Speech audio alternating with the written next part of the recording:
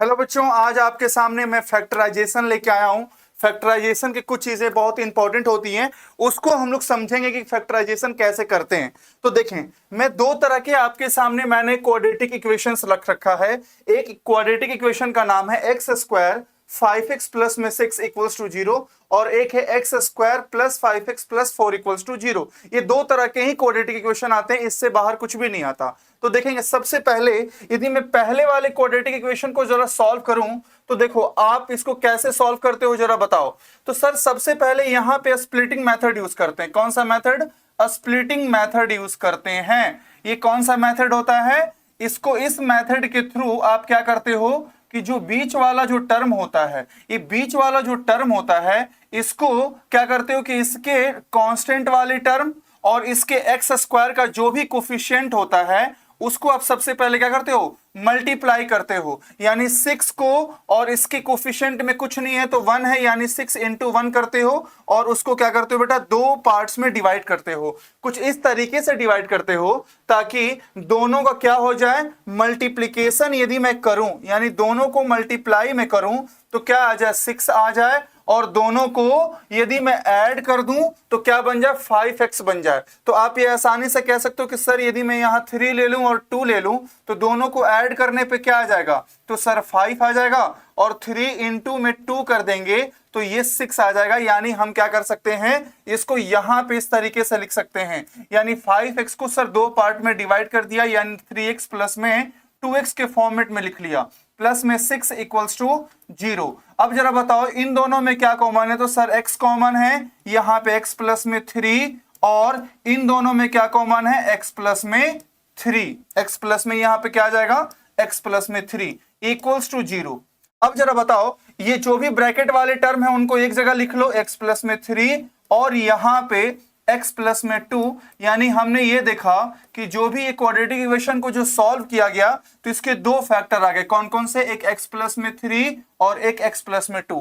यदि इस फैक्टर से आपको क्या कहते हैं, रूट्स निकालने के लिए बोल दे, तो आप क्या करते हो? सर x प्लस में 3 को एक बार 0 के बराबर करते हैं और एक बार x प्लस में 2 को 0 के बराबर करते हैं। यहां से x की दो वैल्यूज आती हैं, एक तो -3 और एक x की वैल्यूज क्या आ जाइए बेटे? -2। इस तरीके से हमने ये देखा कि इस वाले क्वाड्रेटिक इक्वेशन के कितने रूट हो गए? दो रूट हो गए। ये तो बात पक्की है कि यदि क्वाड्रेटिक इक्वेशन है तो इसके रूट कितने होंगे? दो होंगे, या जीरोस कितने होंगे? तो दो ही होंगे। लेकिन ये किस मेथड से? स्प्लिटिंग मेथड से। लेकिन ये जस्ट इसके जो बगल में क्वेश्चन लिखा हुआ है, इसको यदि हम प्रयास करें स्प्लिटिंग मेथड से सॉल्व करने की, तो जरा सोचो कि सर यहां पे कांस्टेंट क्या है? यहां पे कांस्टेंट क्या है बेटा? 4 है। अब इस 4 को इसके कोफिशिएंट से मल्टीप्लाई करो, यानी 1 से, तो यानी सर 4 इंटू 1 यानी 4 होगा। अब इसको सर दो पार्ट में डिवाइड करते हैं, दो पार्ट में क्या करते हैं? ब्रेक करते हैं। तो जरा सोचो कि 4 को कोई ऐसा पार्ट मिलेगा जो दोनों को मल्टीप्लाई करें तो क्या आ जाए? 4 आ जाए, और दोनों को ऐड करें तो क्या आ जाए बेटा? 5 आ जाए। क्या आ जाए? 5 आ जाए। तो ऐसा कुछ दिख रहा है क्या? नहीं, मुझे तो बिल्कुल नहीं दिख रहा है। यदि आपको दिख रहा हो तो जरूर आप सोच के बताना। मुझे नहीं दिख रहा है कि ये स्प्लिटिंग मेथड से होगा। तो इस मेथड को यूज करने के लिए हम लोग यहां पे क्या करेंगे, इसको कैसे सॉल्व करेंगे, इसके दो फैक्टर कैसे निकालेंगे? तो सबसे पहले आप यहां पे क्या निकालोगे? डिस्क्रिमिनांट निकालोगे। डिस्क्रिमिनांट क्या होता है मेरे प्यारे बच्चों? डिस्क्रिमिनांट को कैपिटल डी से डिनोट करते हैं, और कैपिटल डी का क्या होता है फॉर्मूला? बी स्क्वायर माइनस में 4ac होता है। अब यहां से b और ac की वैल्यू आप निकालोगे, तो सर यदि मुझे यहां से a की वैल्यू निकालनी हो तो 1 होगा, और यहां से b की वैल्यू निकालनी हो तो 5 होगा, और c की वैल्यू निकालनी हो तो बेटा क्या होगा? 4 होगा। अब इस तरीके से जरा बताएं, यानी सर d की वैल्यू क्या आ जाएगी? तो सर d की वैल्यू, b की वैल्यू क्या है? 5 है, यानी 5 का स्क्वायर कर दो, माइनस में 4, और a की वैल्यू यहां से 1, और इंटू c की वैल्यू यहां से 4। तो जरा सॉल्व करो तो 25 में से 16 जाएगा तो कितना बचेगा? तो सर 9 बचेगा, यानी d की वैल्यू आ गई। और यहां से x की दो वैल्यूज निकालनी हो तो फॉर्मूला आप सभी को याद रखना है। वो कौन सा फॉर्मूला है?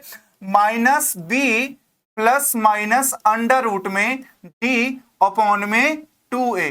यहां से x की दो वैल्यूज आती हैं। कौन सी वैल्यूज? एक x बराबर में माइनस में b प्लस अंडर रूट में d अपॉन में 2a। एक तो ये वाली वैल्यूज है x की, और एक वैल्यूज कौन सी है बेटा, x इक्वल्स टू माइनस में b।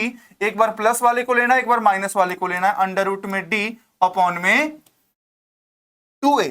इस तरीके से x की वैल्यू जो है आप यहां से b, d और a की वैल्यूज रख के सॉल्व कर सकते हो। कैसे जरा बताओ। तो सर यहां से b की वैल्यू कितनी है, तो सर b हमारा 5 था, तो माइनस का 5 प्लस d की वैल्यू यहां पे कितनी थी, तो अंडर रूट में 9 अपॉन में 2, और a की वैल्यू यहां पे 1 था बेटा, यानी 2 इंटू 1 यानी 2 होता है।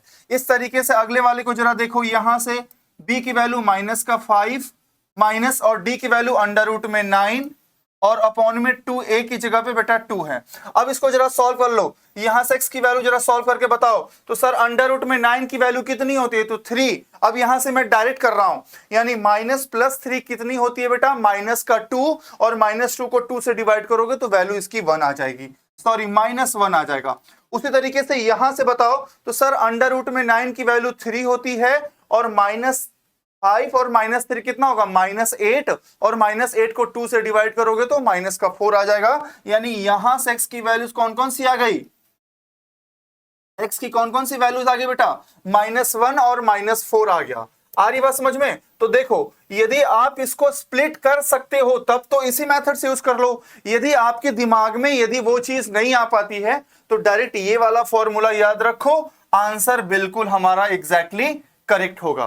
तो क्या आपको बात समझ में आ रही है कि किस तरीके से दो तरह के क्वाड्रेटिक इक्वेशन दिए रहेंगे, तो आप ये इसको कर लोगे।